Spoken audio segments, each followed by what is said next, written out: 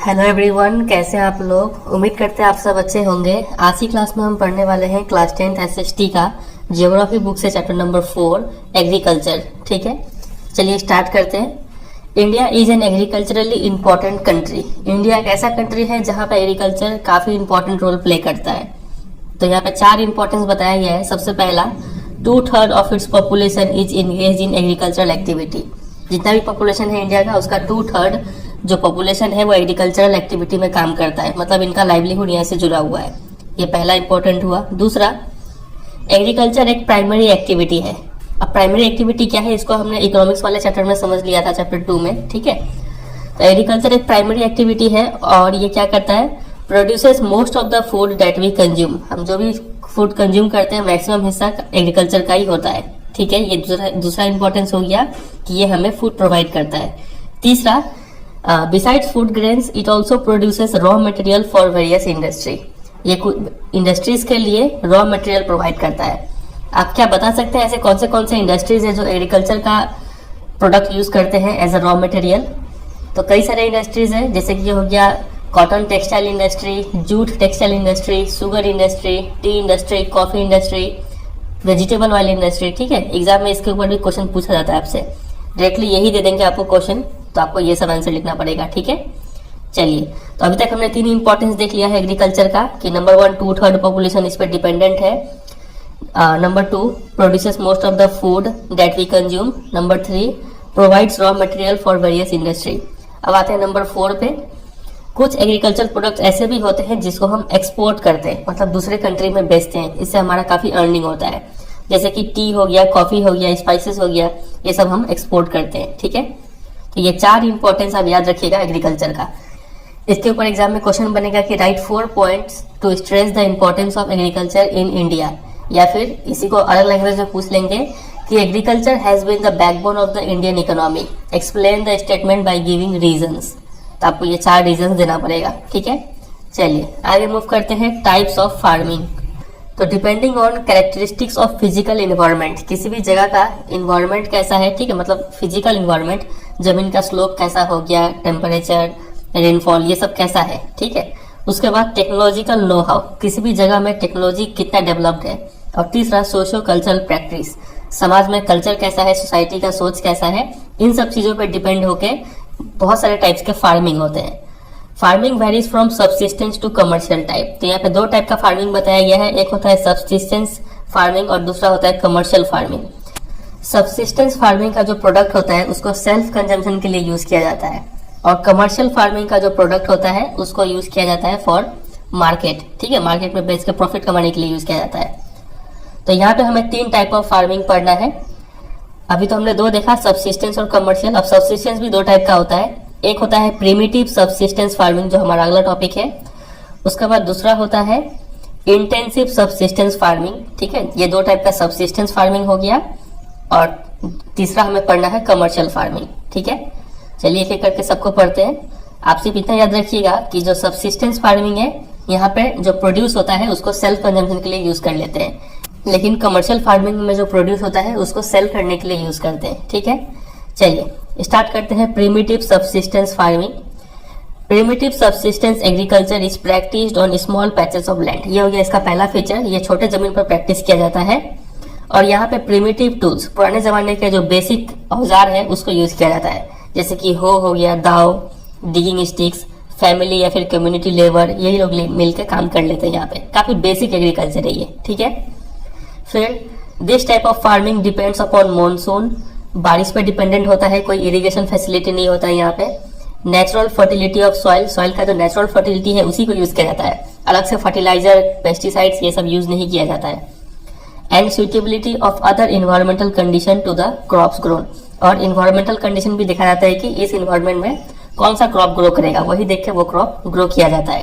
तो ये सब फैक्टर्स पे डिपेंडेंट होता है इस टाइप का एग्रीकल्चर। अभी तक हमने इसका 3 फीचर याद किया। Number 1, practice on small patches of land. Number 2, primitive tools का यूज किया जाता है, एग्जाम में पूछेंगे कि कौन सा प्रिमिटिव टूल्स यूज किया जाता है। और नंबर 3 हो जाएगा कि ये किन किन फैक्टर्स पे डिपेंडेंट है।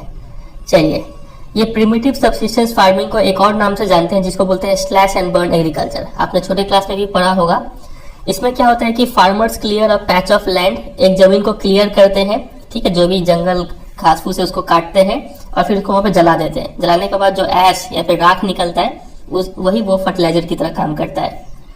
क्लियर करने के बाद वहां पे प्रोड्यूस सीरियल्स, ठीक है, जो सीरियल्स क्रॉप्स होते हैं जैसे कि चावल हो गया, धान हो गया, ये सब ग्रो करते हैं। And other food crops to sustain their family, ठीक है, फैमिली नीड्स के लिए ही ग्रो करते हैं क्योंकि ये तो सबसिस्टेंस फार्मिंग है, ठीक है, जो भी प्रोड्यूस होगा उसको खुद ही कंज्यूम कर लेंगे। When the soil fertility decreases, the farmers shift and clear a fresh patch of land for cultivation. अब एक ही जमीन पे खेती करते करते उसका फर्टिलिटी क्या होता है, डिक्रीज हो जाता है, उसमें अब ज्यादा न्यूट्रिएंट्स बचा नहीं है, तो फार्मर क्या करते हैं, इसको छोड़ के और अगले वाले जो लैंड है उसमें मूव कर जाते हैं और इसको ऐसे ही छोड़ देते हैं, ठीक है। और फिर वही अगले लैंड पे फिर से प्रोसेस अपनाते हैं, उसको क्लियर करेंगे और फिर उसी को कल्टीवेट करेंगे। इसका क्या एडवांटेज है, इसका एडवांटेज ये है कि this allows nature to replenish the fertility of the soil through natural processes. अब जब देखिए अभी हम क्या बोले कि एक जमीन पे खेती करेंगे, फिर जब इसका फर्टिलिटी डिक्रीज हो जाएगा तो दूसरे जमीन पे मूव कर जाएंगे, तो इससे क्या होता है कि नेचर को टाइम मिल जाता है इस जमीन का नेचुरल प्रोसेस के तहत इसका वापस फर्टिलिटी रिगेन हो जाता है, ठीक है। तो ये इसका एक एडवांटेज है। लेकिन इसका एक डिसएडवांटेज भी है। डिसएडवांटेज ये है कि यहाँ पे लैंड प्रोडक्टिविटी जो है वो काफी लो है, क्योंकि यहाँ पे फार्मर्स ना फर्टिलाइजर यूज करते हैं, ना ही कोई मॉडर्न इनपुट्स, इरिगेशन कुछ यूज नहीं करते हैं, तो इसलिए यहाँ पे जो प्रोडक्टिविटी है, जो प्रोडक्शन है, वो काफी लो है। याद रखिएगा इतना बात। चलिए, अब चूंकि इस टाइप के फार्मिंग में जो फार्मर्स होते हैं वो एक रीजन से दूसरे रीजन पे शिफ्ट करते रहते हैं, इसीलिए इस टाइप के फार्मिंग को शिफ्टिंग कल्टीवेशन भी बोलते हैं, ठीक है। चलिए, तो अभी तक हमने इसका फीचर्स देख लिया, क्या क्या नाम से जाना जाता है वो देख लिया, ठीक है। इसका एडवांटेज और यहाँ पे डिसएडवांटेज ये भी हमने देख लिया। अब देखिए, ये जो फार्मिंग है इसको अलग अलग रीजन्स पे अलग अलग नाम से जाना जाता है। डिफरेंट पार्ट्स ऑफ कंट्री में इसका डिफरेंट नेम्स है। फॉर एग्जांपल, इंडिया का जो नॉर्थ ईस्टर्न स्टेट्स है जैसे कि आसाम, मेघालय, मिजोरम, नागालैंड, यहाँ पे इसको झूमिंग कल्टीवेशन बोलते हैं, ठीक है। मणिपुर में इसको पैमलू बोलते हैं, ठीक है। और बस्तर डिस्ट्रिक्ट ऑफ छत्तीसगढ़ और अंडमान निकोबार आइलैंड में इसको डीपा बोलते हैं, ठीक है। तो ये सब टर्म्स याद रखिएगा, एक मार्क्स के लिए यहाँ पे क्वेश्चन बन जाता है। चलिए, तो इतना ही है प्रिमिटिव सबसिस्टेंस फार्मिंग के ऊपर। अब देखते हैं इसके ऊपर क्वेश्चंस कैसे कैसे पूछेंगे।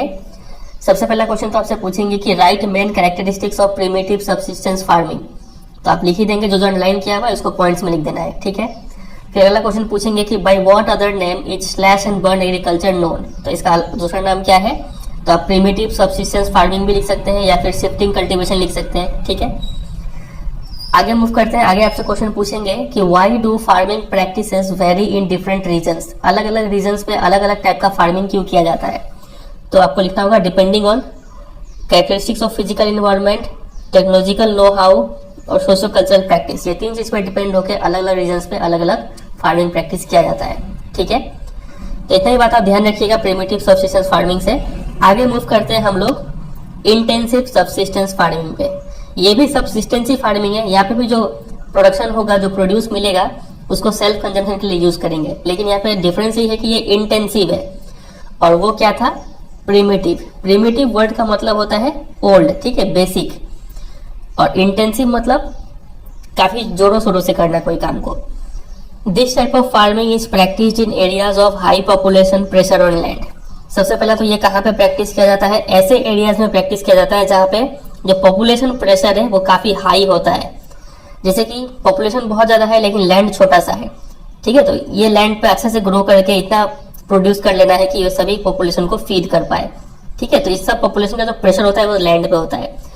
तो ये पहला बात हो गया कि ये ऐसे एरियाज में प्रैक्टिस किया जाता है जहाँ पे population pressure on land high होता है, ठीक है। दूसरा इसका फीचर है कि it is a labour intensive farming. काफी ज्यादा मेहनत जाता है इस टाइप के एग्रीकल्चर को करने में, क्योंकि यहाँ पे काफी लार्ज पॉपुलेशन को फीड करना होता है, ठीक है। तो यहाँ पे आपको लेबर काफी ज्यादा लगाना होगा, तो लेबर इंटेंसिव फार्मिंग है।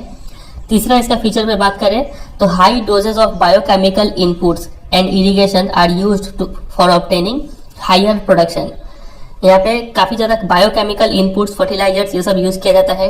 यहाँ तक कि इरिगेशन भी यूज किया जाता है ताकि क्या मिल पाए, हायर प्रोडक्शन मिल पाए। तो आप डिफरेंस नोटिस कर पा रहे हैं इंटेंसिव सबसिस्टेंस फार्मिंग और प्रिमिटिव सबसिस्टेंस फार्मिंग में। प्रिमिटिव में क्या था कि हम लोग जो बायोकेमिकल इनपुट्स था ये यूज नहीं कर रहे थे, ठीक है, हम लोग नेचुरल फर्टिलिटी पर डिपेंड हो रहे थे। लेकिन इंटेंसिव सब्सिस्टेंस फार्मिंग में क्या कर रहे हैं, इस पे हम लोग डिपेंडेंट है और साथ ही साथ इरिगेशन यूज कर रहे हैं। प्रिमिटिव में क्या इरिगेशन यूज कर रहे थे? नहीं, वहां पे हम लोग मॉनसून पे डिपेंडेंट रहते थे। ठीक है, फिर और एक डिफरेंस हम नोटिस किए प्रोडक्टिविटी के ऊपर। इंटेंसिव में प्रोडक्टिविटी काफी हाई होता है और प्रिमिटिव वाले में लो प्रोडक्टिविटी होता है। ठीक है, चलिए और एक इसका फीचर है कि because of right of inheritance, ठीक है, पिता से जो बेटे में जो संपत्ति ट्रांसफर होता है, ठीक है, उसके वजह से जो लैंड होल्डिंग साइज है वो काफी अनइकोनॉमिकल हो गया है। फॉर एग्जाम्पल मान लीजिए कि एक पिता का 2 बेटा, इसके पास मान लीजिए कि 10 कट्ठा जमीन था इसके पास। ठीक है, तो जब ये पिता का जो प्रॉपर्टी है जो बच्चों में ट्रांसफर होगा तो कितना कितना मिलेगा बताइए? इसको भी 5 कट्ठा मिलेगा और इसको भी 5 कट्ठा मिलेगा। तो इसके पास तो जमीन छोटा हो गया ना, फिर आगे चल के ये भी बच्चा प्रोड्यूस करेगा तो इसका भी जमीन और 2-3 भाग में बढ़ जाएगा। ठीक है, तो जैसे आगे वक्त के साथ साथ क्या होगा कि जमीन का साइज काफी छोटा होता चला जाएगा और छोटा जमीन में खेती करना काफी क्या होता है, अनइकोनॉमिकल होता है। समझ रहे बात वगैरह ही? तो वही यहाँ पे लिखा हुआ है कि because of right of inheritance. ठीक है, इनहेरिटेंस मतलब संपत्ति का ट्रांसफर होना। ठीक है, तो लैंड का इतना ज्यादा डिवीजन हो चुका है हर एक जनरेशन के बाद कि जो लैंड होल्डिंग साइज है वो काफी अनइकोनॉमिकल हो गया है। जमीन इतना छोटा हो गया है कि वहां पे खेती करना अब लॉस हो रहा है। समझ रहे? तो वही इसका एक फीचर है। तो लेकिन फार्मर्स अभी भी क्या करते हैं, farmers continue to take maximum output from the limited land. जो भी लिमिटेड लैंड है, छोटा सा जमीन है, उसका मैक्सिमम यूज करके मैक्सिमम आउटपुट निकालते हैं यहाँ से, क्योंकि इनके पास कोई ऑल्टरनेटिव सोर्स ऑफ लाइवलीहुड नहीं है, कोई और काम नहीं है, तो यही करना पड़ेगा। ठीक है, इसीलिए जो लैंड पे जो प्रेशर है ना वो काफी इनॉर्मस है। There is enormous pressure on agricultural land. समझ गए इसका सब फीचर्स? अब हम देखते हैं difference between primitive subsistence farming और इंटेंसिव सब्सिस्टेंस फार्मिंग। एग्जाम में डायरेक्ट क्वेश्चन आता है इसके ऊपर, तो आप कुछ ऐसे करके लिख सकते हैं। ठीक है, इसको आप कहीं नोट डाउन करके रख लीजिएगा।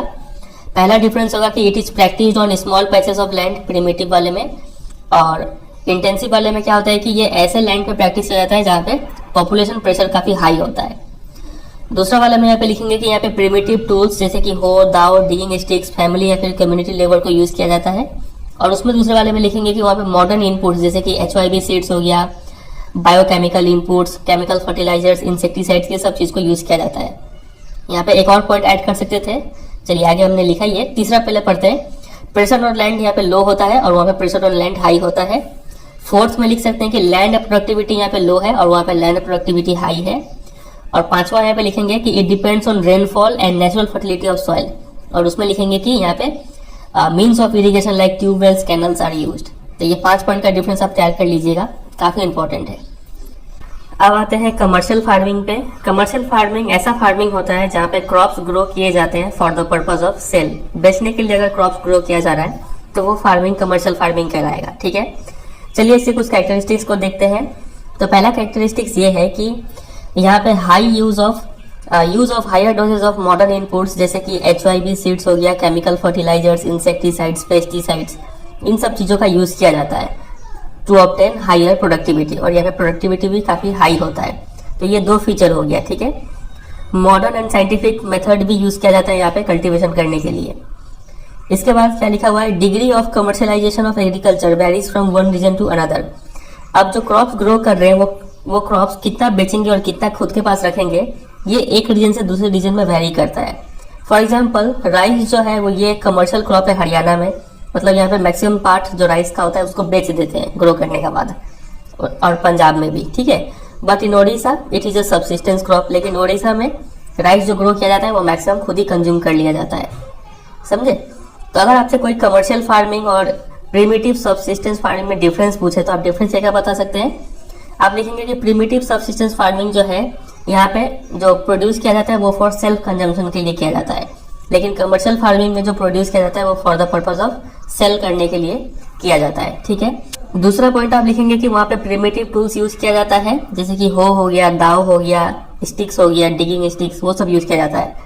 लेकिन कमर्शियल फार्मिंग में साइंटिफिक और मॉडर्न इनपुट्स यूज किया जाता है जैसे कि HYB सीड्स, केमिकल फर्टिलाइजर्स, ये सब। ठीक है, फिर तीसरा पॉइंट आप देख सकते हैं कि वहाँ पे सॉइल का नेचुरल फर्टिलिटी और मॉनसून पे वो लोग डिपेंडेंट रहते हैं, और कमर्शियल फार्मिंग में ये लोग HYB seeds, chemical fertilisers, insecticide, pesticide पे डिपेंडेंट रहते हैं। ठीक है, फिर आप लिख सकते हैं कि जो प्रिमिटिव सबसिस्टेंस फार्मिंग है वहाँ पे स्मॉल पैचेस ऑफ लैंड पे कल्टीवेशन किया जाता है, लेकिन कमर्शियल फार्मिंग में लैंड का जो साइज होता है वो थोड़ा बड़ा होता है। तो ऐसा सोच सोच के आप कुछ पॉइंट्स बना के लिख सकते हैं। ठीक है, चलिए और ये जो लाइन है, जो ग्रीन सेंड लाइन क्या हुआ, ये बहुत इंपॉर्टेंट है। इसके ऊपर एग्जाम में डायरेक्ट क्वेश्चन बन जाएगा कि give an example of a crop which is commercial in one region and provide subsistence in another.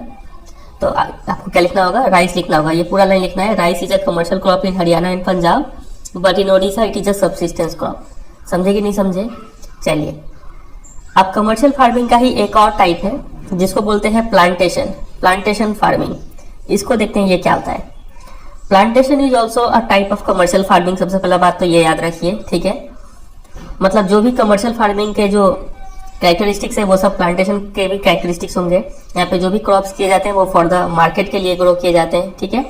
Scientific methods use किया जाता है, हाई प्रोडक्टिविटी होता है, ठीक है। ये सब फीचर्स इसका है। इसके साथ साथ प्लांटेशन में और क्या चीज अलग है वो देखते हैं।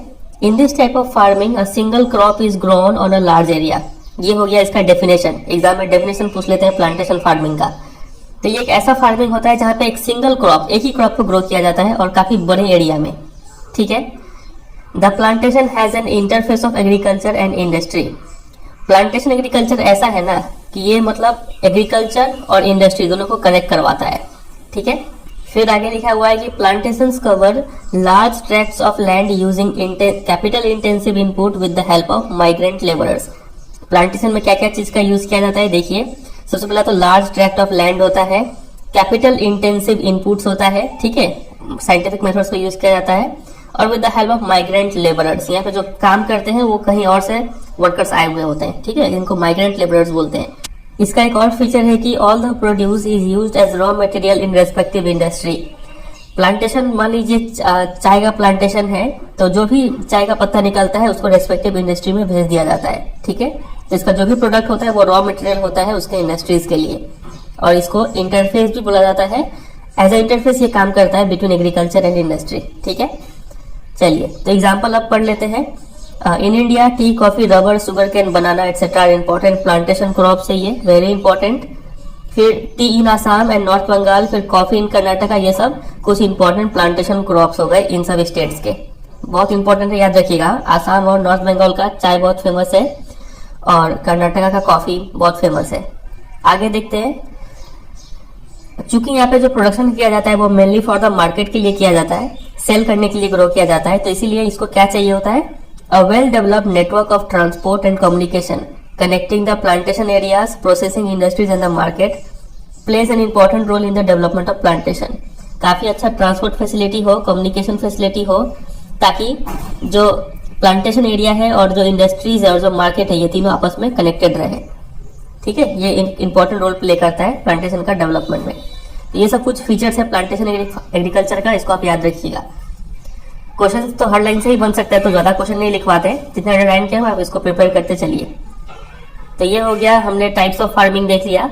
अगला टॉपिक है क्रॉपिंग पैटर्न। इसमें हमें 3 क्रॉपिंग सीजन्स के बारे में पढ़ना है। एक है रबी, दूसरा है खरीफ और तीसरा है जायद, ठीक है।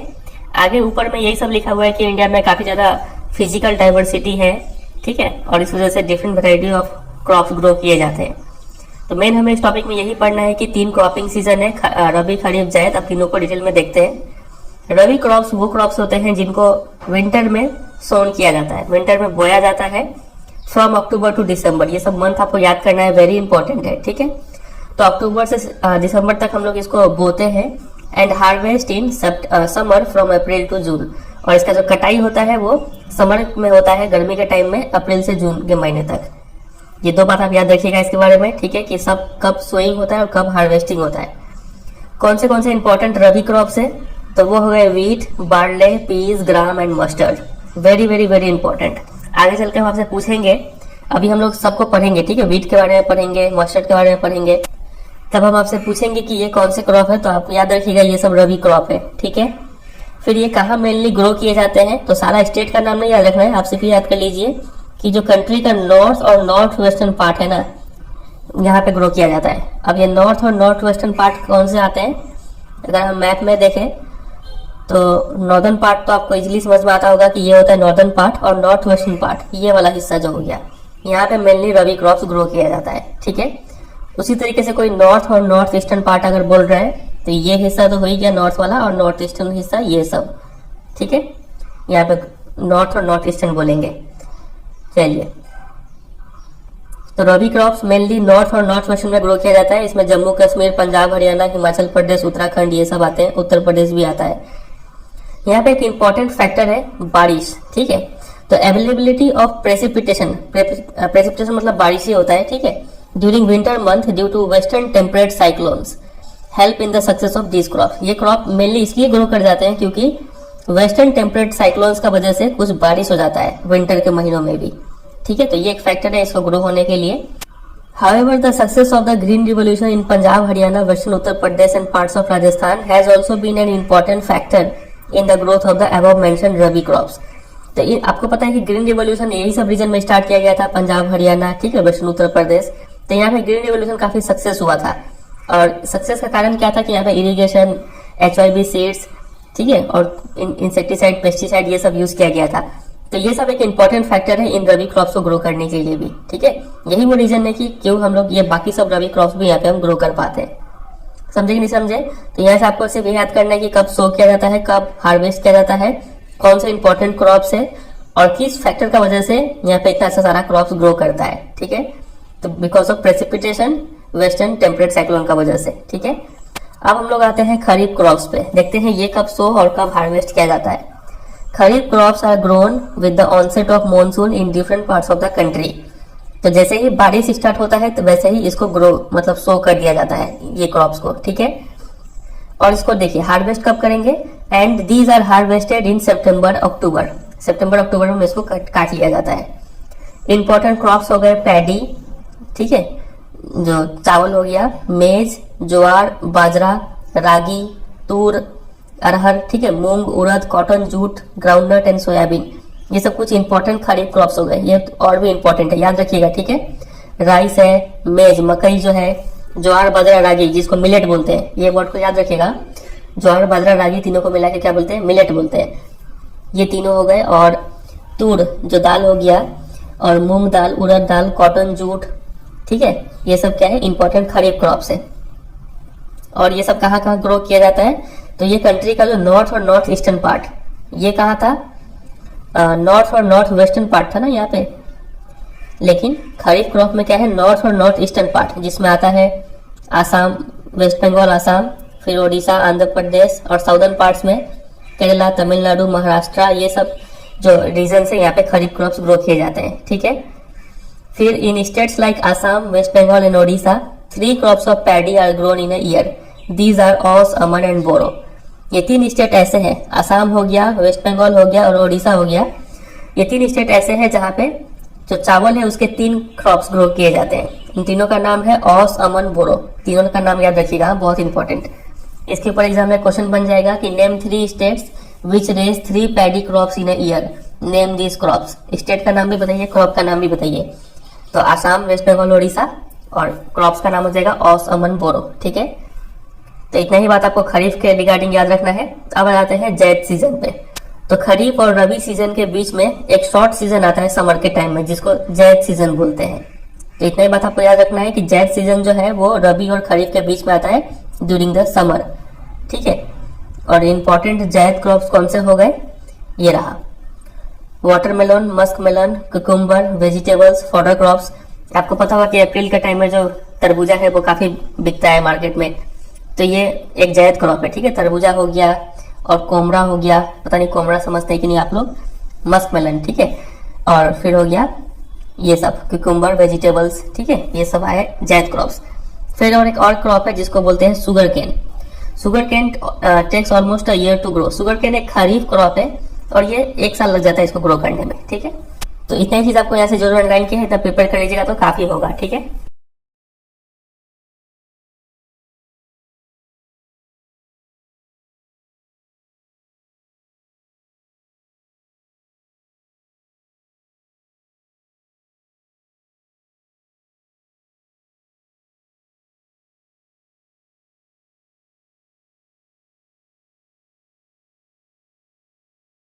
अब चलिए अब एक एक करके सब क्रॉप को डिस्कस करेंगे। मेजर क्रॉप्स, तो कई सारे क्रॉप्स इंडिया में ग्रो किए जाते हैं। कुछ तो फूड क्रॉप्स होते हैं जो खाने वाले क्रॉप्स, और कुछ होते हैं नॉन फूड क्रॉप्स जैसे कि कॉटन, जूट हो गया, ठीक है। अब फूड क्रॉप्स में कौन कौन से आते हैं देखिए, राइस, व्हीट, मिलेट। मिलेट याद है ना, अभी आपको बताए थे, ज्वार, बाजरा, रागी, ये तीनों को मिला के मिलेट बोलते हैं, ठीक है। फिर पल्सेस हो गया, टी हो गया, कॉफी हो गया, शुगर केन हो गया, ऑयल सीड्स, ठीक है, ऐसे बीज जहां से तेल निकलता है, ये सब आ जाते हैं फूड क्रॉप में। और नॉन फूड क्रॉप में आपके ये आते हैं कॉटन, जूट, और भी होता है, लेकिन हमें सिर्फ कॉटन जूट पढ़ना है, ठीक है। स्टार्ट करते हैं राइस से। राइस एक स्टेपल फूड क्रॉप है। स्टेपल वर्ड का मतलब होता है मेन, ठीक है। आपका जो थाली है उसमें जो मेन आइटम है वो राइस होगा, थोड़ा सा सब्जी होगा, थोड़ा सा दाल होगा, ठीक है। इसको स्टेपल फूड बोलते हैं। अब आप सोच रहे हो कि हम लोग रोटी भी तो खाते हैं, तो रोटी जो व्हीट है वो भी एक स्टेपल फूड क्रॉप है, ठीक है। तो दो स्टेपल फूड क्रॉप का नाम याद रखिएगा, राइस एंड व्हीट, ठीक है।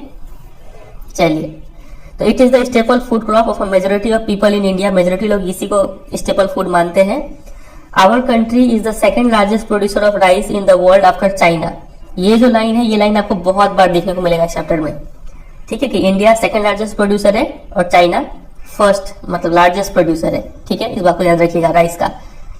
और राइस पता ही है कौन सा क्रॉप है, ये राइस खरीफ क्रॉप। अभी हमने यहाँ पे देखा था, पैडी को ही राइस बोलते हैं, ठीक है, मतलब जिसपे पुआल होता है, rice with the husk on, इसको पैडी बोलते हैं। तो पैडी जो है वो खरीफ क्रॉप है, मतलब राइस यहाँ पे खरीफ क्रॉप है। और इसको ग्रो करने के लिए क्या क्या चीज चाहिए? नंबर 1, हाई टेम्परेचर चाहिए। खरीफ क्रॉप यहाँ पे कंडीशन ही था कि इसको कब ग्रो किया जाता है, बारिश के टाइम पे ग्रो किया जाता है, ठीक है। तो इसको टेम्परेचर भी ज्यादा चाहिए, requires high temperature above 25 degree centigrade, याद रखना है आपको, ठीक है। दूसरा, इसको हाई ह्यूमिडिटी चाहिए with annual rainfall above 100 centimetre. तो इसको बारिश भी काफी ज्यादा चाहिए, ठीक है, अबव 100 सेंटीमीटर रेनफॉल चाहिए इसको। In the areas of less rainfall, यहाँ पे क्या करेंगे, इरिगेशन कर देंगे तो राइस ग्रो कर पाएंगे, जहां पे बारिश कम होता है, ठीक है। तो इसके ऊपर एग्जाम में क्वेश्चन पूछ सकते हैं कि mention the geographical condition required for the growth of rice. तो इसका आंसर आपको पॉइंट्स में देना है, ठीक है। सबसे पहला पॉइंट में हम लिखेंगे कि it requires high temperature above 25 degree centigrade. दूसरा पॉइंट में लिखेंगे कि it requires high humidity with annual rainfall above 100 centimetre. और तीसरा पॉइंट पे लिखेंगे कि in areas of less rainfall it grows with the help of irrigation, ठीक है। 3 पॉइंट बना देंगे और हो जाएगा काम। और ये एक स्टेपल फूड क्रॉप है, ये भी याद रखिएगा। और कुछ है राइस के बारे में, हाँ, राइस कहाँ कहाँ ग्रो किया जाता है वो हमें देखना है। इस मैप पे आएंगे, पहले पढ़ लेते हैं। तो rice is grown in the plains of north and north eastern India. ये फ्रेज आपको अब याद हो चुका होगा, north and north eastern India, map में अभी बताए थे, ठीक है। और coastal areas and the deltaic regions, जो इंडिया का कोस्टल एरिया है। कोस्टल एरिया किसको बोलते हैं? समुद्र किनारे वाला एरिया है। ये सब एरिया हो गया कोस्टल एरिया, ये सब हो गया कोस्टल एरिया, ठीक है। डेल्टाइक रीजन, यहाँ पे जो डेल्टा वाला रीजन है वो भी हो गया। तो यहाँ पे राइस ग्रो किया जाता है। फिर जैसे जैसे इरिगेशन का फैसिलिटी अवेलेबल होते चला गया, वैसे वैसे कनाल बनते गए, ट्यूबवेल्स बनते गए। तो अब जो लोग हैं वो वैसे एरियाज में भी जहाँ पे लेस रेनफॉल होता है वहां पे भी राइस ग्रो कर पाते हैं। एग्जाम्पल हो गया Punjab, Haryana, western Uttar Pradesh, part of Rajasthan, ठीक है, यहाँ पे भी राइस ग्रो हो जाता है। तो मैप में अगर देखें तो ये जो डार्क ग्रीन है ना, ये मेजर एरिया रिप्रेजेंट कर रहा है। तो इसको आपको सिर्फ याद करना है। आपके सिलेबस में लिखा हुआ है आइडेंटिफिकेशन ओनली। तो राइस का जो मेजर एरियाज है वो आपको याद करके जाना है। मतलब एग्जाम में आपको एक ऐसा पॉलिटिकल मैप देंगे और इसमें कुछ कहीं से कोई एक स्टेट को पूरा ब्लैक कर दिया होगा, सेट कर दिया गया होगा, और आपको 4-5 क्वेश्चन देंगे। किसी एक में लिखा होगा कि मान लीजिए क्वेश्चन नंबर डी में लिखा हुआ है मेजर राइस प्रोड्यूसिंग स्टेट। तो आपको मैप में ये जो सेट क्या होगा, इसको यहाँ पे एरो देके लिख देना है डी, ठीक है, मेजर राइस प्रोड्यूसिंग स्टेट। समझ रहे? ऐसे आइडेंटिफाई करेंगे। एग्जाम में आपको ऐसा मार्क करने के लिए नहीं बोलेंगे, ठीक है। पहले से मार्क क्या होगा, आपको आइडेंटिफाई करना है सिर्फ।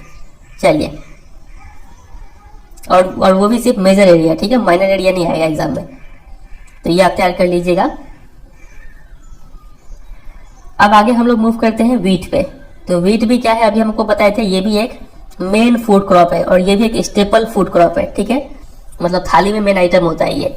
फिर कहाँ पे ग्रो किया जाता है, तो ये फ्रेज फिर से आ गया north and north western part, क्योंकि व्हीट कौन सा क्रॉप है बताइए, अभी आपको याद करवाए थे, रबी क्रॉप, ठीक है। इसको ग्रो करने के लिए क्या क्या चीज चाहिए, देखिए, rabi crop requires a cool growing season, इसीलिए इसको रबी क्रॉप माना जाता है। मतलब इस रबी क्रॉप का कब था, सोइंग सीजन, विंटर्स के टाइम में इसको सो करते हैं ना, इसीलिए इसको ग्रो करने के लिए क्या चाहिए, कूल सीजन चाहिए।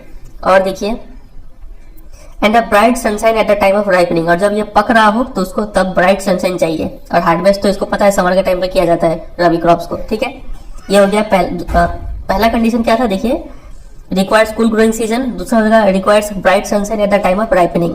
तीसरा कंडीशन होगा रेनफॉल का, it requires 50 to 75 centimetre of annual rainfall. बताइए राइस को कितना चाहिए होता था, अबव 100 सेंटीमीटर, लेकिन इसको चाहिए 50 से 75, थोड़ा कम पानी चाहिए इसको। और ये जो रेनफॉल है वो इवनली डिस्ट्रीब्यूटेड होना चाहिए ओवर द ग्रोइंग सीजन, ठीक है। जब तक ये फसल ग्रो कर रहा है तब तक वो बारिश होता रहना चाहिए, ठीक है। यानी कि एक ही बार आपने सारा पानी दे दिया वैसे काम नहीं चलेगा, वो इवनली डिस्ट्रीब्यूटेड होना चाहिए, ठीक है। लगातार इंटरवल में बारिश होता रहे, ऐसा चाहिए इसको। फिर और देखते हैं और क्या लिखा हुआ है, कहाँ पे ये ग्रो किया जाता है, तो गंगा सतलज प्लेन है नॉर्थ वेस्ट में, और black soil region of the Deccan, यहाँ पे ग्रो किया जाता है। तो वीट का भी मैप था यहाँ पे, हाँ ये रहा, जो गंगा सतलज रीजन है ये वाला रीजन, ठीक है। और जो ब्लैक सॉइल वाला रीजन है ये वाला रीजन, यहाँ पे भी ग्रो किया जाता है, डेक्कन प्लेटू वाला, ठीक है। फिर और जो मेजर वीट प्रोड्यूसिंग स्टेट्स है वो हो गए पंजाब, हरियाणा, उत्तर प्रदेश, मध्य प्रदेश, बिहार और राजस्थान, ठीक है। तो ये सब हो गए मेजर वीट प्रोड्यूसिंग स्टेट्स। इसका भी मैप में आइडेंटिफिकेशन के लिए बोल सकते हैं, तो आप ये याद रखिएगा, ठीक है। आप एक काम कीजिएगा, जो भी इंडिया का पॉलिटिकल मैप है इसको पॉलिटिकल मैप बोलेंगे क्योंकि यहाँ पे स्टेट का जो बाउंड्रीज है वो मार्क किया हुआ है। तो ये सब स्टेट का नाम याद कर लीजिएगा। फॉर एग्जाम्पल मान लीजिए ये कौन सा है, केरला है, यहाँ पे ये कौन सा हो गया, तमिलनाडु हो गया, ठीक है। ये महाराष्ट्र हो गया, ये गुजरात हो गया, ये राजस्थान हो गया, ठीक है। इधर वेस्ट बंगाल हो गया, इधर झारखंड, बिहार, उत्तर प्रदेश, मध्य प्रदेश, ये सबका नाम आप याद रखिएगा, ठीक है, बाउंड्री के साथ में। एग्जाम में ऐसे स्टेट को सेट कर देंगे और बोलेंगे आइडेंटिफाई करो। चलिए, तो ये हो गया मेजर वीट प्रोड्यूसिंग स्टेट। तो वीट के बारे में इतना ही बात आपको याद रखना है। एग्जाम में कुछ क्वेश्चन ऐसे बनेंगे, देखिए आपसे बोलेंगे कि name the 2 most important staple food crops in India. तो आपको बताना है 2 इंपॉर्टेंट स्टेपल फूड क्रॉप, तो आप क्या लिखेंगे, राइस एंड व्हीट, ठीक है। फिर उसके बाद पूछा जाएगा कि mention the geographical condition required for their growth. दोनों का ज्योग्राफिकल कंडीशन बताइए, क्या क्या चीज चाहिए। तो राइस का भी हमने देख लिया, व्हीट का भी हमने देख लिया, ठीक है। व्हीट का क्या क्या चाहिए, cool growing season, bright sunshine at the time of ripening, 50 to 75 centimetre of annual rainfall, और वो भी इवनली डिस्ट्रीब्यूटेड होना चाहिए ओवर द ग्रोइंग सीजन, ठीक है। ये 3 कंडीशन आप याद रखेंगे। कहाँ पे ग्रो किया जाता है वो भी याद रखेंगे। चलिए, राइस और व्हीट हमने पढ़ लिया। अब आते हैं मिलेट्स। याद है ना मिलेट्स किसको किसको बोलते हैं, ज्वार, बाजरा, रागी, ये तीनों को मिलाकर मिलेट्स बोलते हैं। ये काफी कोर्स ग्रेन होते हैं, ठीक है, मतलब जो बीज होते हैं वो होते हैं रफ ग्रेन होते हैं ये, ठीक है, उतना मुलायम नहीं होते हैं, लेकिन इनका न्यूट्रिशनल वैल्यू काफी हाई होता है, खाएंगे तो शरीर के लिए काफी ये बेनिफिशियल होगा। फॉर एग्जाम्पल जो रागी है ये एक वेरी रिच सोर्स है आयरन का, कैल्शियम का और other micro nutrients and roughage. Roughage क्या होता है, ये ऐसा चीज है जो आपको कॉन्स्टिपेशन में हेल्प करेगा। अगर किसी का टॉयलेट ठीक से नहीं हो रहा है, ठीक है, काफी फोर्स लगाना पड़ रहा है, तो ये रफेज ऐसा सब्सटेंस खाएं जिसमें रफेज होता है, ठीक है, इससे आपको इजिली टॉयलेट हो जाएगा। तो रागी का ये सब बेनिफिट है, मतलब न्यूट्रिशनल वैल्यू काफी हाई है यहाँ पे, ठीक है। फिर बात करते हैं ज्वार से। ज्वार से स्टार्ट करते हैं। Jowar is the 3rd most important food crop. Food crop सबसे पहला मोस्ट इंपॉर्टेंट कौन सा था, राइस, उसके बाद व्हीट। जो 3rd most important food crop है वो है ज्वार, ठीक है। फिर और इंपॉर्टेंट किस सेंस में हम लोग बोल रहे हैं, with respect to area and production, मतलब राइस और व्हीट के बाद सबसे ज्यादा एरिया पे ज्वार का ही खेती किया जाता है और सबसे ज्यादा प्रोडक्शन ज्वार का ही है राइस और व्हीट के बाद में, ठीक है। ज्वार का अगला फीचर है कि ये एक रेन फेड क्रॉप है और ये मेनली मोस्ट एरियाज में ग्रो करता है जहाँ पे इरिगेशन का जरूरत नहीं पड़ता है, ठीक है। और मेजर ज्वार प्रोड्यूसिंग स्टेट्स हो गए महाराष्ट्र, कर्नाटका, आंध्र प्रदेश, मध्य प्रदेश, ठीक है, याद रहेगा इतना। तो आप अभी कभी क्या कीजिए कि अगर आपको इन सब स्टेट्स का लोकेशन पता नहीं है तो एक कोई भी मैप लीजिए और वहाँ पे इन सब स्टेट्स का जो लोकेशन है वो याद कर लीजिए, ठीक है। सबसे पहले तो आप याद कर लीजिए कि ये जो केरला का शेप में है ये केरला है, ठीक है, और नीचे में यहाँ पे है तमिलनाडु, फिर ये हो गया ऊपर में कर्नाटका, ये हो गया महाराष्ट्र, ये हो गया गुजरात, ठीक है। ऐसे करके याद करते चलिए क्योंकि आगे जाके हम फिर अब जब स्टेट्स का नाम पढ़ेंगे आपके दिमाग में ऑटोमेटिक वो रिकॉल हो जाएगा। ऐसे करके ये ज्यादा देर तक आपके दिमाग में बैठेगा, ठीक है। अभी आप याद कर लीजिए इसको। फिर यहाँ पे है आंध्र प्रदेश और ये है तेलंगाना, ठीक है। फिर इसके ऊपर ये हो गया उड़ीसा, ये हो गया छत्तीसगढ़ और बीच में है तो ये मध्य प्रदेश हो गया, ठीक है।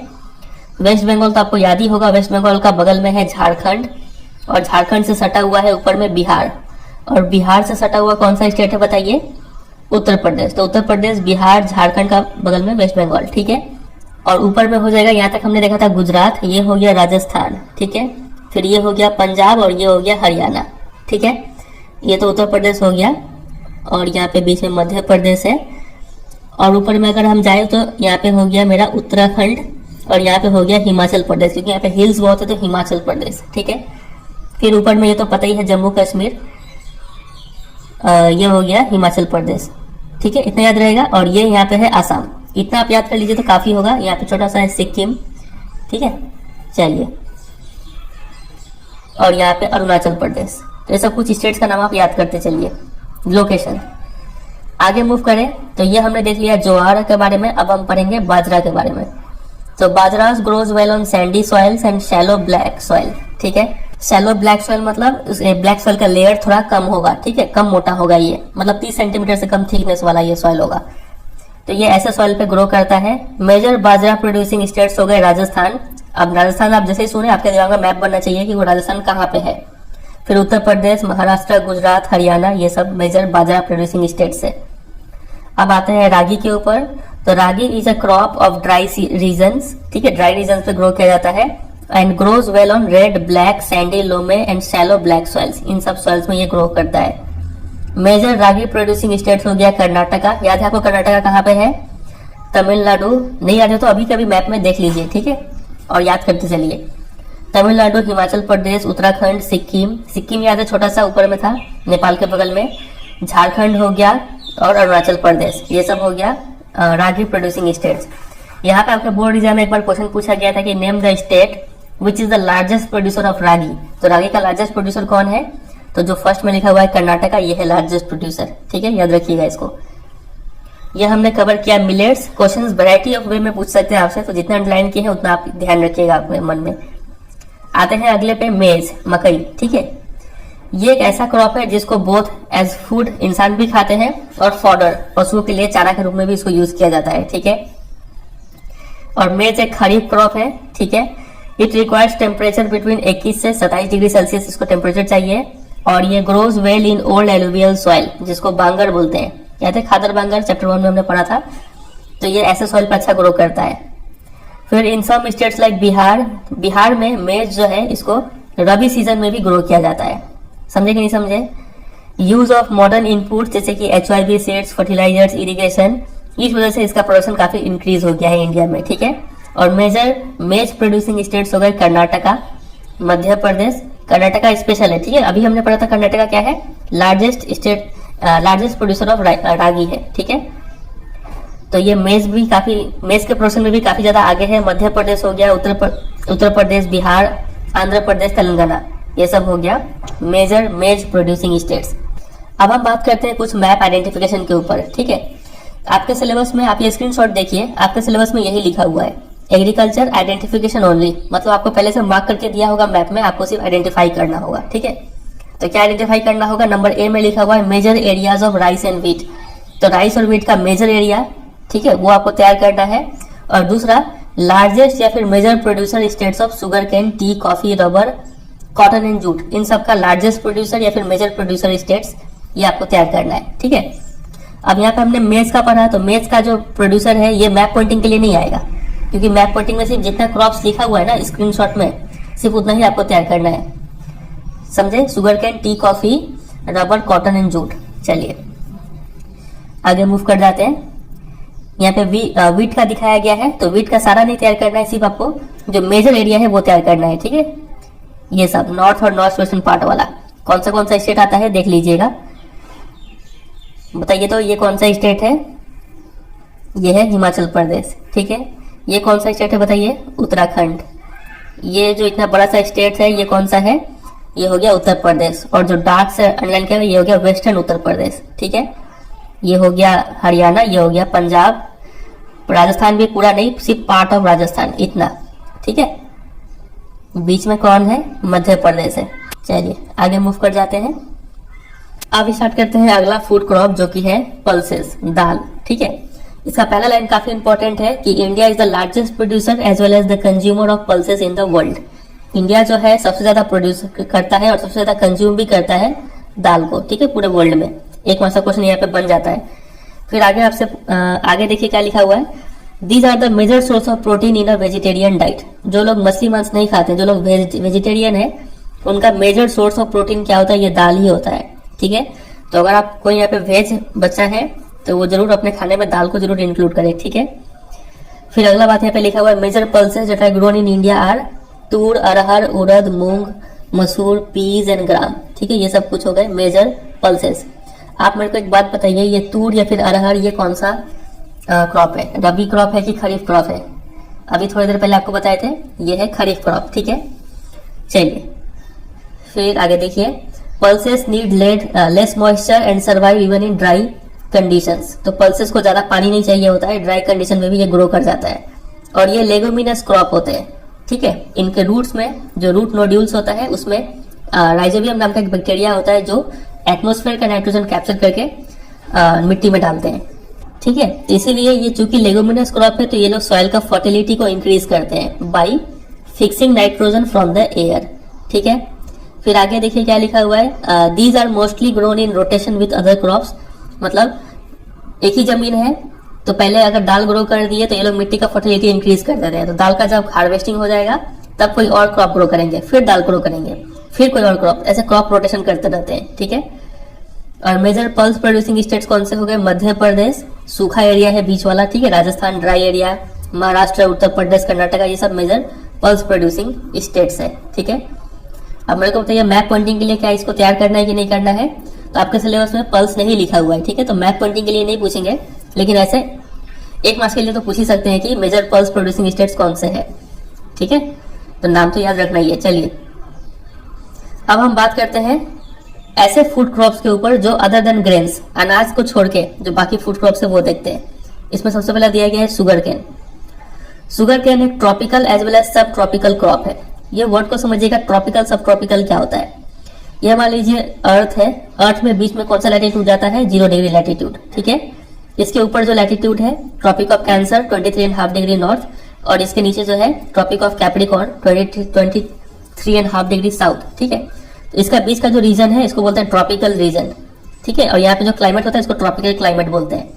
इंडिया यहाँ पे आता है तो इंडिया का क्लाइमेट मोर और लेस ट्रॉपिकल और सब ट्रॉपिकल है। ठीक है, सब ट्रॉपिकल को समझिए, ये जो ट्रॉपिक ऑफ कैंसर है इसके ऊपर 5 से 10 डिग्री ऊपर नीचे तक इसको बोलते हैं सब ट्रॉपिकल। ठीक है, वैसे ही ट्रॉपिक ऑफ कैप्रिकॉर्न का ऊपर नीचे 5 से 10 डिग्री ऊपर नीचे इसको बोलेंगे सब ट्रॉपिकल रीजन, और यहाँ पे जो क्लाइमेट होगा उसको सब ट्रॉपिकल बोलते हैं। मतलब ये एक ऐसा क्लाइमेट होता है जहाँ पे हॉट एंड वेट सीजन होता है। ठीक है, गर्मी भी पड़ता है, बारिश भी होता है और काफी ह्यूमिडिटी भी होता है। टेम्परेचर जो होता है वो अप्रॉक्स 18 डिग्री सेंटीग्रेड और या फिर उससे ज्यादा होता है। ठीक है, यहाँ पे मेनली हॉट टेम्परेचर होता है। मतलब इंडिया का जो साउदर्न पार्ट है, ठीक है, वहां पे जो क्लाइमेट है उसको ट्रॉपिकल क्लाइमेट बोलेंगे। तो इस टाइप के क्लाइमेट में ये शुगर कैन ग्रो करता है। It grows well in hot and humid climate with temperature of 21 से 27 डिग्री सेल्सियस। ठीक है, इसी टेम्परेचर के बीच में ये ग्रो करता है और हॉट एंड ह्यूमिड क्लाइमेट चाहिए इसको। ठीक है, बारिश भी हो, पानी भी चाहिए, टेम्परेचर भी चाहिए इसको। और ये टेम्परेचर देख के आपको कुछ याद आ रहा होगा 21 से 27, ऐसा ही कुछ हमने अभी थोड़ी देर पहले देखा था। किसको ये टेम्परेचर चाहिए? यहाँ पे हमने देखा था ये रहा 21 से 27 किसको चाहिए होता था? मेल्स को चाहिए होता था। दोनों का सेम है। ठीक है, और देखते हैं आगे क्या लिखा हुआ है। एनुअल रेनफॉल बिटवीन 75 से 100 सेंटीमीटर, इसके बीच में इसको पानी चाहिए। राइस का याद है, राइस को कितना चाहिए था? Above 100 centimetre. ठीक है, वीट को कितना चाहिए था? 50 से 75 के बीच में। चलिए, irrigation is required in the areas of low rainfall. जहां पे कम बारिश होता है तो जाहिर सा बात है वहां पे क्या चाहिए? इरिगेशन चाहिए। और it can be grown on a variety of soils. और देखिए यहाँ पे मैनुअल लेबर भी चाहिए होता है from sowing to harvesting. India is the second largest producer of sugar cane only after Brazil. तो ब्राजील के बाद जो लार्जेस्ट प्रोड्यूसर है वो कौन सा है? इंडिया। अगर कोई पूछे कि शुगर केन का लार्जेस्ट प्रोड्यूसर कौन है तो आप बोलेंगे ब्राजील। ठीक है, शुगर केन का यूज करके ये सब प्रोडक्ट्स बनता है। शुगर हो गया, गुड़ हो गया, खंडसाड़ी, मोलासेस, ये सब बनता है। The major sugar cane producing states हो गए उत्तर प्रदेश, महाराष्ट्र, कर्नाटका, तमिलनाडु, आंध्र प्रदेश, तेलंगाना, बिहार, पंजाब, हरियाणा। ये सब major sugar cane producing states हैं। आपको मैप पॉइंटिंग के लिए तैयार करना है कि नहीं करना है? बिल्कुल करना है, पूछ ही सकते हैं आपसे। ठीक है, एग्जाम में। चलिए, तो ये हो गया शुगर केन के बारे में। आगे मूव करते हैं ऑयल सीड्स। क्वेश्चन कैसा कैसा बनेगा तो वही हर लाइन से क्वेश्चन बन सकता है, इसलिए हम आपको अलग से क्वेश्चन नहीं बता रहे, आप जितना लर्न किया है उतना तैयार कर लीजिएगा। आगे मूव करते हैं ऑयल सीड्स पे। ऐसे सीड्स जिनको पीस पास के क्या निकाला जाए, तेल निकाला जाए। तो इन 2016 India was the second largest producer of groundnut in the world after China. ये लाइन फिर से आ गया, ठीक है। ये लाइन हमने राइस के केस में भी देखा था। तो ग्राउंडनट का लार्जेस्ट प्रोड्यूसर कौन है, चाइना है, और उसके बाद इंडिया है, ठीक है।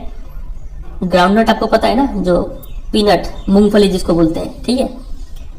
फिर in rapeseed production India was the third largest producer in the world after Canada and China in 2016। तो रेपसीड के मामले में इंडिया थर्ड लार्जेस्ट प्रोड्यूसर है। और देखिए रेपसीड कैसा होता है, पिक्चर में देख पा रहे हैं, इसको रेपसीड बोलते हैं।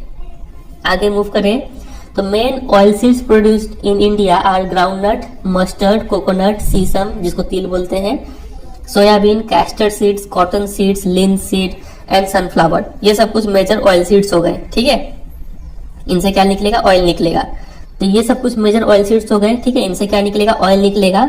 और ये सब ऑयल्स एडिबल होते हैं, खा सकते हैं इसको। और ये सब as a cooking medium use करते हैं, ठीक है। इसमें खाना बना सकते हैं हम लोग। However, some of these are also used as raw material in the production of soaps, cosmetics and ointments। ये लेकिन इसमें से कुछ जो ऑयल होते हैं वो साबुन बनाने के लिए, कॉस्मेटिक सामान बनाने के लिए, ऑइंटमेंट्स बनाने के लिए भी यूज किया जाता है, ठीक है, मलहम।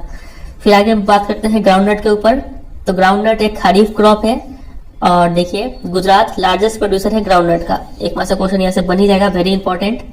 फिर लिनसीड और मस्टर्ड, याद है मस्टर्ड कौन सा क्रॉप है, रबी क्रॉप है, ठीक है। फिर ये सीसम एक खरीफ क्रॉप है नॉर्दर्न इंडिया में, और ये साउदर्न इंडिया में रबी सीजन के टाइम पे ग्रो किया जाता है।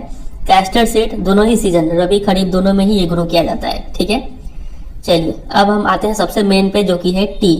टी के बारे में हमने एक और चैप्टर में पढ़ा था, एक इंग्लिश का चैप्टर था जिसको बोलते थे टी फ्रॉम आसाम, ठीक है। ग्लिम्पसेस ऑफ इंडिया वाले चैप्टर में जो पार्ट 3 था, टी फ्रॉम आसाम, उसमें भी हमने टी के बारे में काफी चीज पढ़ा था।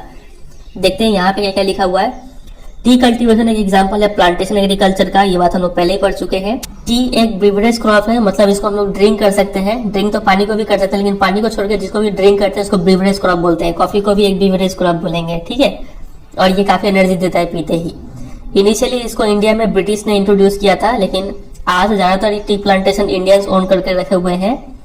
The tea plant grows well in tropical as well and subtropical climate, दोनों ही क्लाइमेट में टी प्लांट ग्रो करता है।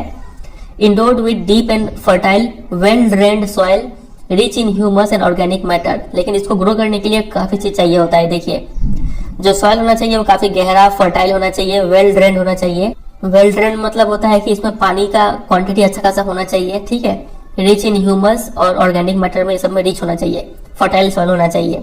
T bushes require warm and moist Frost free climate all through the year. जो टी बुशेस है इनको warm climate चाहिए और फ्रॉस्ट फ्री क्लाइमेट, मतलब बर्फ नहीं जमना चाहिए इनके पत्तों पर, ठीक है।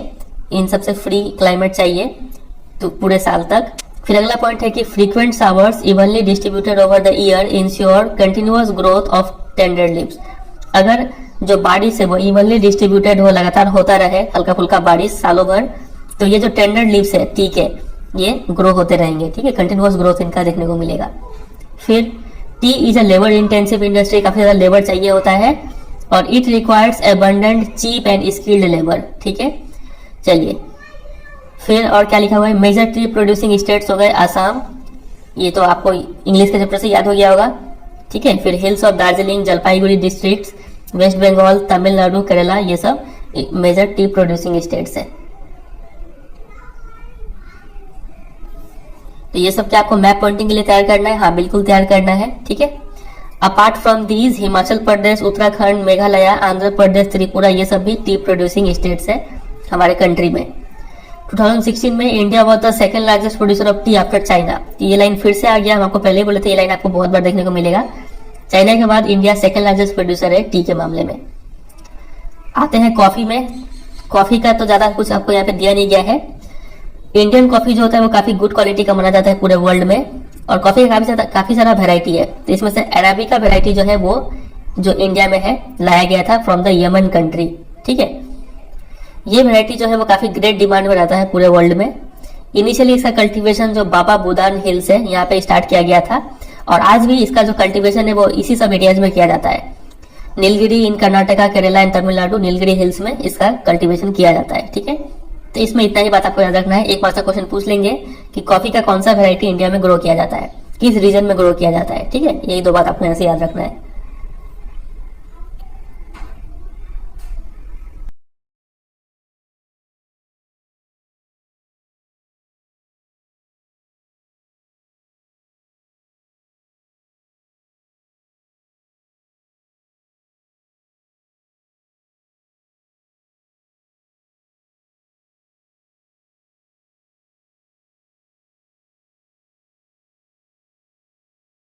अगला क्रॉप है हॉर्टिकल्चर क्रॉप्स। हॉर्टिकल्चर मतलब क्या होता है? Horticulture is the cultivation of fruits, vegetables and flowers. ठीक है, मतलब फल, फूल और सब्जी का जो खेती होता है उसको हॉर्टिकल्चर बोलते हैं। अब देखिए यहाँ पे वही हमारा फेमस लाइन आ रहा है फिर से कि India was the second largest producer of fruits and vegetables in the world after China. ठीक है, चाइना के बाद इंडिया सेकेंड लार्जेस्ट प्रोड्यूसर है इसका।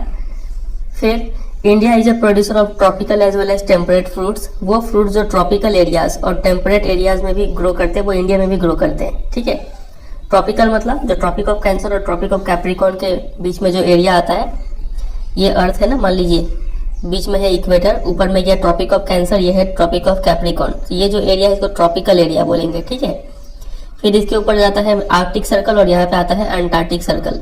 ये जो एरिया है और ये जो एरिया है इसको टेम्परेट एरिया बोलते हैं, टेम्परेट जोन। ठीक है, तो यहाँ पे जो भी फ्रूट ग्रो करता है वो इंडिया में भी ग्रो करता है, वही बोला गया है। फिर आगे देखते हैं तो कौन कौन से फ्रूट्स हैं। Mangoes of Maharashtra, Andhra Pradesh, Telangana, Uttar Pradesh and West Bengal, इन सब जगह के मैंगोज। और oranges of Nagpur and Cherrapunji, Meghalaya, इन सब जगह के ऑरेंजेस।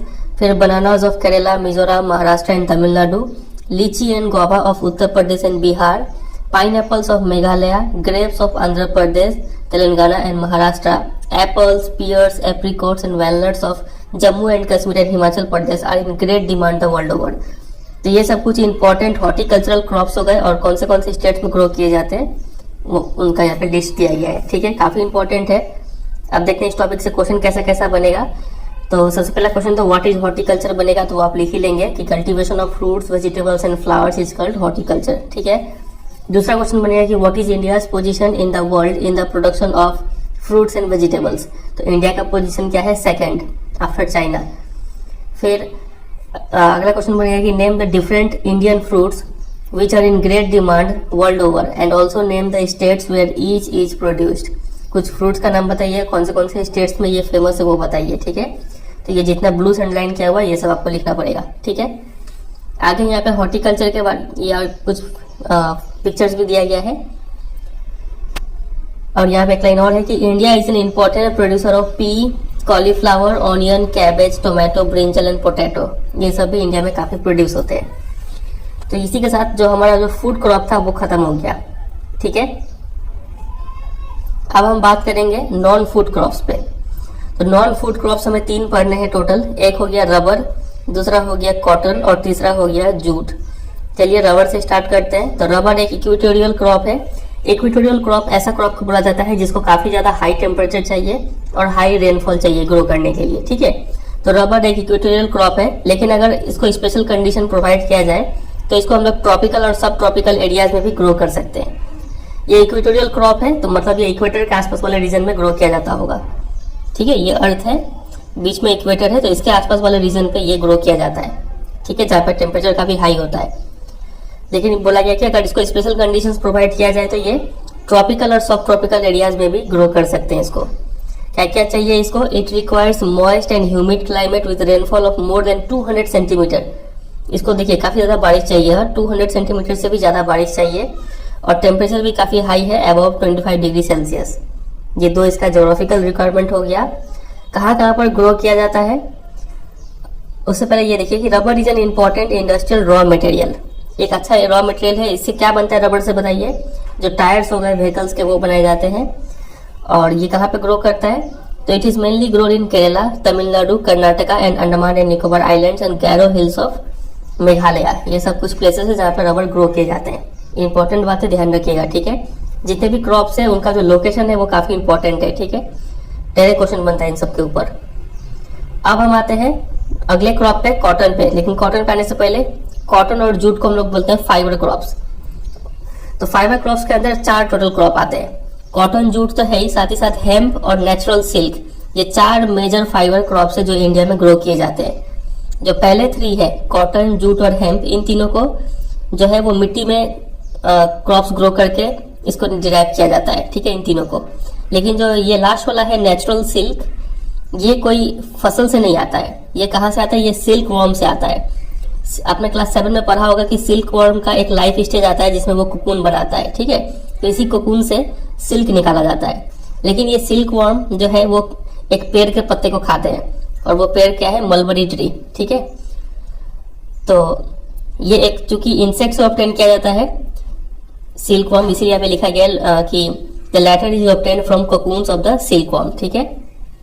आगे देखिए क्या लिखा हुआ है कि rearing of silkworms for the production of silk fibre is known as sericulture. ये भी आपको शायद पता होगा कि अगर हम सिल्क वर्म को पालते हैं, ठीक है, ताकि हम लोग सिल्क फाइबर मिल पाए, फाइबर मतलब धागा, ठीक है, तो उसको, इस कल्टीवेशन को बोलते हैं सेरीकल्चर, ठीक है। तो इस रियरिंग ऑफ सिल्क वर्म को बोलते हैं सेरीकल्चर, ठीक है। तो इस चारों में से अब हमें सिर्फ 2 पढ़ना है, कॉटन और जूट।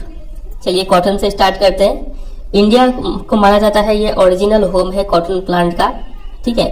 और cotton is one of the main raw materials for cotton textile industry. Cotton का बेल्ट भी बनता है, पता है आपको, ठीक है। और ये हमारा फेमस लाइन फिर से आ गया कि India was the second largest producer of cotton after China. ये लाइन आपको बहुत बार आप सुनने को मिल चुका होगा, ठीक है, इन 2016। फिर cotton grows well in dryer parts of the black cotton soil of the Deccan प्लेटू। ये हमने चैप्टर 1 में भी पढ़ा था जब हम सॉइल्स पढ़ रहे थे, तो आपको पता होगा कि ब्लैक सॉइल को कॉटन सॉइल भी बोला जाता है, ठीक है, क्योंकि इसमें कॉटन काफी अच्छा ग्रो करता है। और ब्लैक सॉइल मेनली कहाँ पे पाया जाता है? जो डेक्कन प्लेटू रीजन है, पेनिनसुलर इंडिया का ये वाला पार्ट, ठीक है, यहाँ पे ये कॉटन काफी अच्छा ग्रो करता है।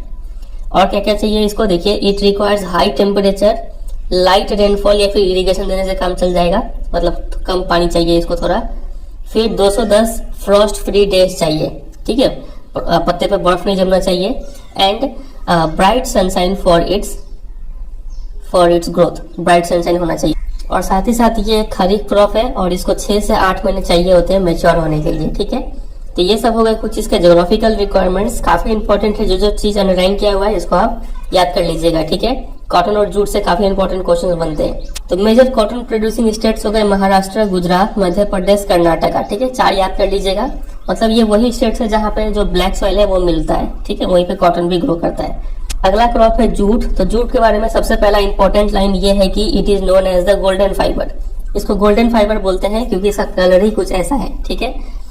फिर jute grows well on well drained fertile soils in the flood plains where soils are renewed every year. Flood plains किसको बोलते हैं?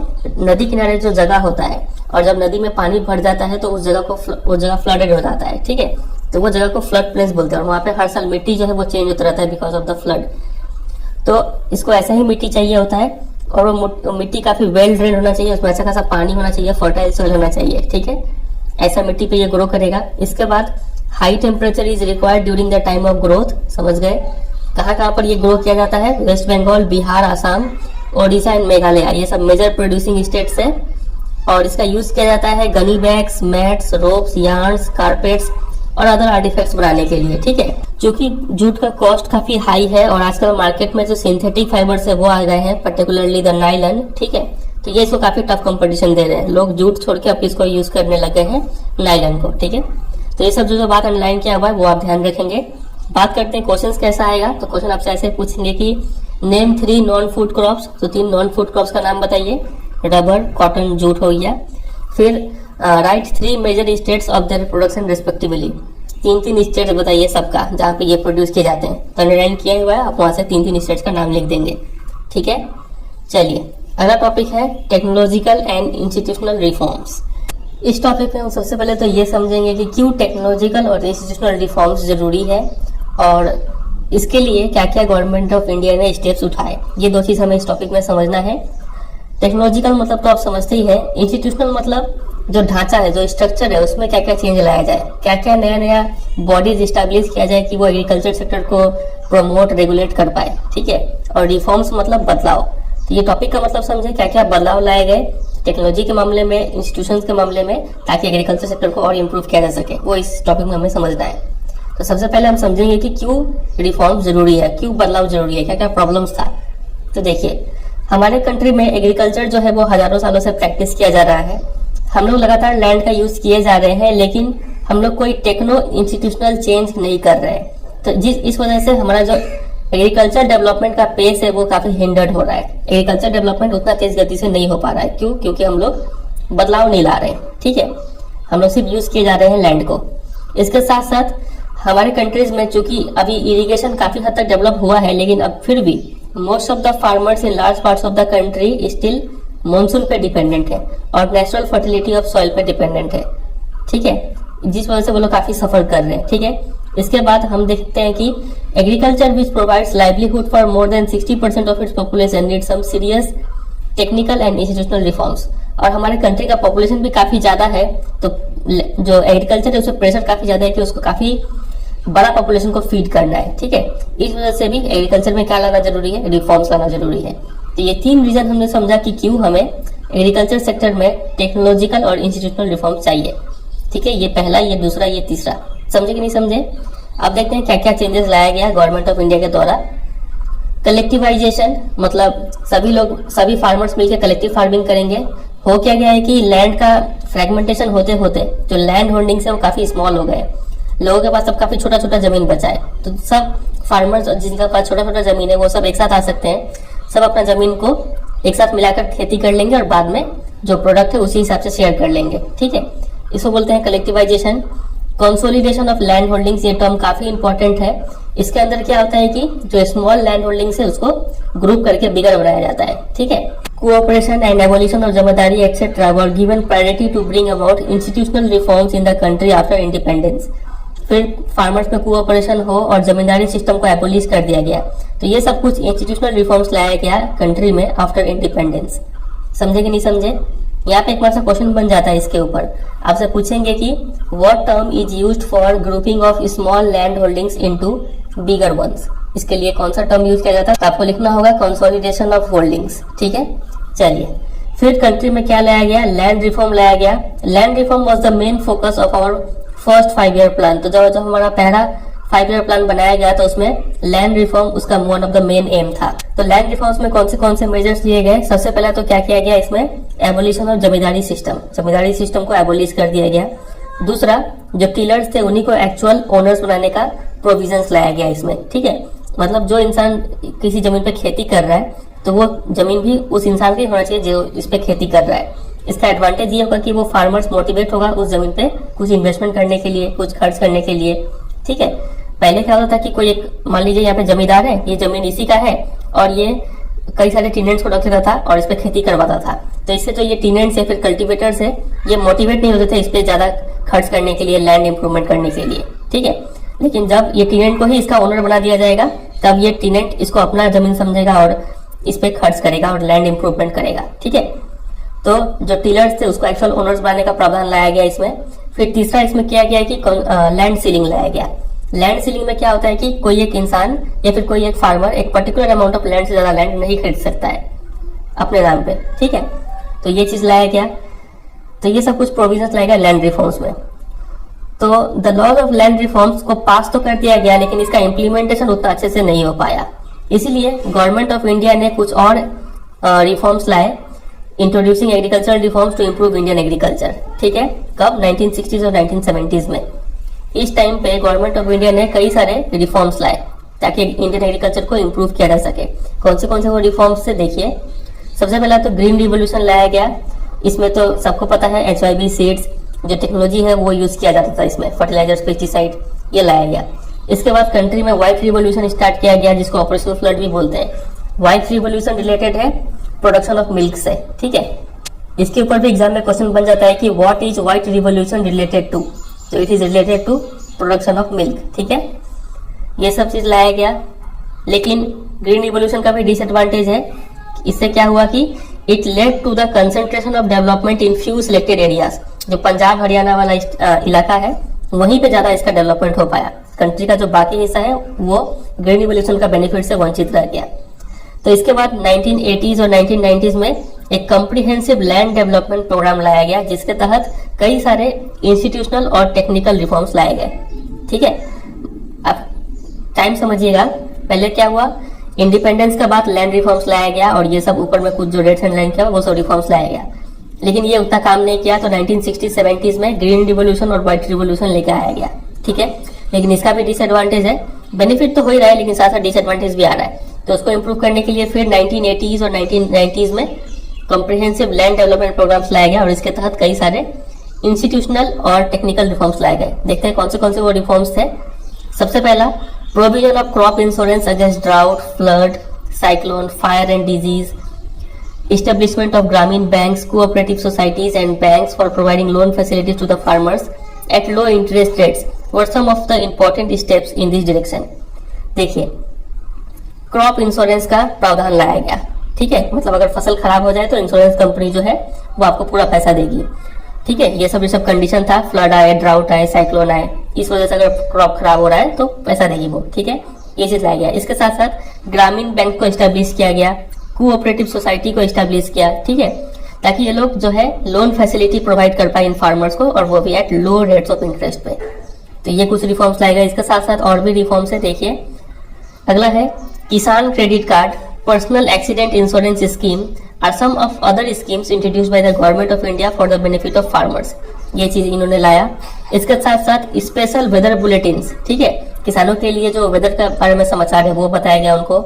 एग्रीकल्चर प्रोग्राम्स लॉन्च किया गया फॉर द फार्मर्स, रेडियो पे भी, टेलीविजन पे भी। ठीक है, ताकि फार्मर्स अवेयर हो और वो अपने क्रॉप्स को बचाने के लिए एडिक्वेट मेजर्स ले पाए।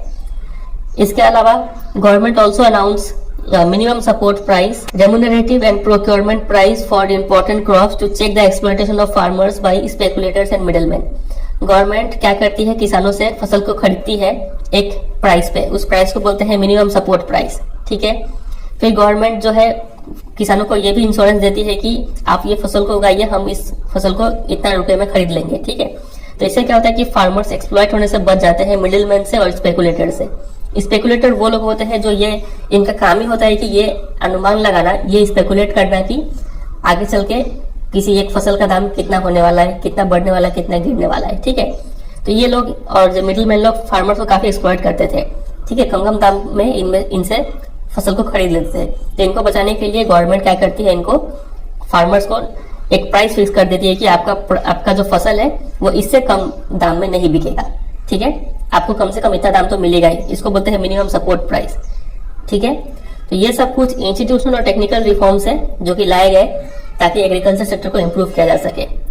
अब देखते हैं एग्जाम में क्वेश्चन कैसा बनेगा। इसके ऊपर आपसे पूछेंगे कि एक्सप्लेन एनी 5 स्टेप या फिर explain the institutional reforms taken by the central and state governments to improve Indian agriculture after independence. तो कौन से रिफॉर्म्स लाए गए, तो सबसे पहला बात तो आप ये लिखिएगा, ये एक पॉइंट हो जाएगा लैंड रिफॉर्म्स तक। ठीक है, दूसरा पॉइंट आप लिखेंगे ग्रीन रिवोल्यूशन और व्हाइट रिवोल्यूशन के बारे में। तीसरा पॉइंट यहाँ से आप लिखेंगे क्रॉप इंश्योरेंस और बैंक फैसिलिटीज लाया गया ताकि लो रेट ऑफ इंटरेस्ट में लोन मिल पाए। फिर Kisan credit card, personal accident insurance scheme ये लाया गया। Special weather bulletins, agriculture programmes लाया गया रेडियो टेलीविजन पे। फिर minimum support price, remunerative and procurement price ये सब लाया गया ताकि फार्मर्स एक्सप्लॉइट होने से बच जाए। ये सब कुछ रिफॉर्म्स है। ठीक है, आप लिख पाएंगे आराम से। चलिए, अब यहाँ पे भूदान और ग्रामदान के बारे में बताया गया है, ये आपके जनरल नॉलेज को बढ़ाएगा। चलिए थोड़ा पढ़ लेते हैं। देखिए, गांधी जी ने विनोबा भावे को अपना एक स्पिरिचुअल एयर, अपना उत्तराधिकारी बताया था।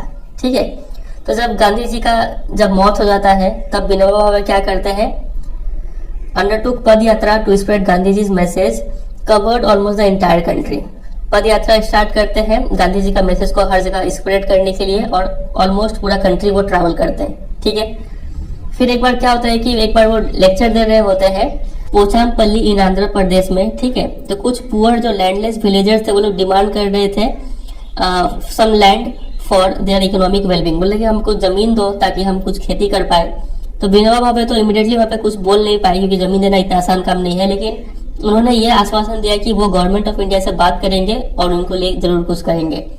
तो तभी क्या होता है कि श्री रामचंद्र रेड्डी खड़े होते हैं और बोलते हैं कि ठीक है, हम अपना 80 एकड़ जमीन जो है इस 80 लैंडलेस विलेजर्स को डिस्ट्रीब्यूट कर देते हैं। तो इसी एक्ट को बोला गया भूदान। ठीक है, जमीन को दान दे दिया। फिर इसके बाद later he travelled and introduce his ideas widely all over India, ठीक है। जो विनोबा भावे थे उन्होंने ये आइडिया को और भी कई जगहों पे स्प्रेड किया। तो कुछ जमींदार, ओनर्स ऑफ मेनी विलेजेस, ठीक है, उन्होंने भी अपना पूरा विलेज दान दे दिया, तो इसको बोलते हैं ग्राम दान, ठीक है। However, many landowners choose to provide some part of their land to the poor farmers due to the fear of Land Ceiling Act. तो लैंड रिफॉर्म्स के तहत जो लैंड सीलिंग एक्ट था, इस डर से कुछ फार्मर्स, कुछ लैंड ओनर्स ने क्या किया, अपना लैंड का कुछ पार्ट डोनेट कर दिया, ठीक है। तो ये जो भूदान ग्राम दान का जो मूवमेंट है जिसको विनोबा भावे ने स्टार्ट किया था, इसको हम लोग ब्लडलेस रिवोल्यूशन भी बोलते हैं। तो ये सब कुछ जनरल नॉलेज से रिलेटेड बात है, आप ध्यान रखिएगा। करते हैं पहला question, which one of the following describes a system of agriculture where a single crop is grown over a large area. बताइए, बहुत बड़े एरिया में एक ही क्रॉप ग्रो किया जाता है, ये किस टाइप का एग्रीकल्चर है? सही कहा आपने, ये है plantation agriculture. Question number 2, which one of the following is a rabi crop. बताइए कौन सा रबी क्रॉप है? तो राइस तो खरीफ है, मिलेट्स भी खरीफ है, कॉटन भी खरीफ है, तो ग्राम हो गया रबी क्रॉप, समझे। अगला क्वेश्चन है कि विच one of the following is a leguminous crop. बताइए कौन सा लेगुमिनस क्रॉप है? तो अगर आपने इसका आंसर पल्सेस दिया तो आप बिल्कुल राइट है, ठीक है। फिर यहाँ पे देखिए, name one important beverage crop जो ड्रिंक के रूप में इस्तेमाल करते हैं, तो टी हो सकता है, कॉफी हो सकता है। तो जोग्राफिकल कंडीशन भी पूछा है तो हम लोग टी लिखना ज्यादा प्रेफर करेंगे, ठीक है। टी का जोग्राफिकल कंडीशन दिया हुआ था बुक में। फिर आगे देखिए, name one staple crop of India. तो आपका मर्जी है, राइस भी लिख सकते हैं, व्हीट भी लिख सकते हैं, फिर उसके बाद उसका रीजन लिख देना है कहाँ पे वो प्रोड्यूस किया जाता है, ठीक है। और यहाँ पे भी कुछ क्वेश्चन दिया गया है, तो ये सब क्वेश्चन हम पहले डिस्कस कर चुके हैं, बुक से आंसर मिल जाएगा इसका। आपके लिए होमवर्क रहेगा ये 6 क्वेश्चन है यहाँ पे। 2 staple food crops, this is the summer cropping season of India, बताइएगा कौन सा है। पल्सेस लाइक अरहर, मूंग, उड़द कंटेन, इनमें क्या होता है? प्रोटीन होता है, ठीक है, आंसर हम बता दिए। एक कोर्स ग्रेन का नाम बताइए, फिर 2 इंपॉर्टेंट बेवरेज का नाम बताइए, फिर one of the 4 major fibre crops का नाम बताइए, ठीक है। तो आपको कमेंट सेक्शन में इसका आंसर देना है, तो उम्मीद करते हैं आप इसका आंसर देंगे कमेंट सेक्शन में सही। तो यही है फिर आज का वीडियो। उम्मीद करते हैं आपको पूरा वीडियो अच्छे से समझ में आया होगा। वीडियो अच्छा लगा तो वीडियो को जरूर एक लाइक कर दीजिएगा, काफी मोटिवेट करता है ये लाइक्स आपका, ठीक है। दोस्तों के साथ भी शेयर कीजिएगा, कमेंट करके भी बताइएगा आपको ये वीडियो कैसा लगा। और अगर आप इस चैनल पर नए हैं तो चैनल को जरूर सब्सक्राइब कर लीजिएगा, ठीक है। और प्लेलिस्ट सेक्शन में विजिट कीजिए, आपको वहाँ पे काफी सारा क्लास 10 से रिलेटेड चैप्टर का वीडियो आपको मिलेगा, ठीक है। चलिए फिर एंड करते हैं, मिलते हैं बहुत जल्द अगले चैप्टर में किसी और वीडियो में। तब तक के लिए goodbye and take care.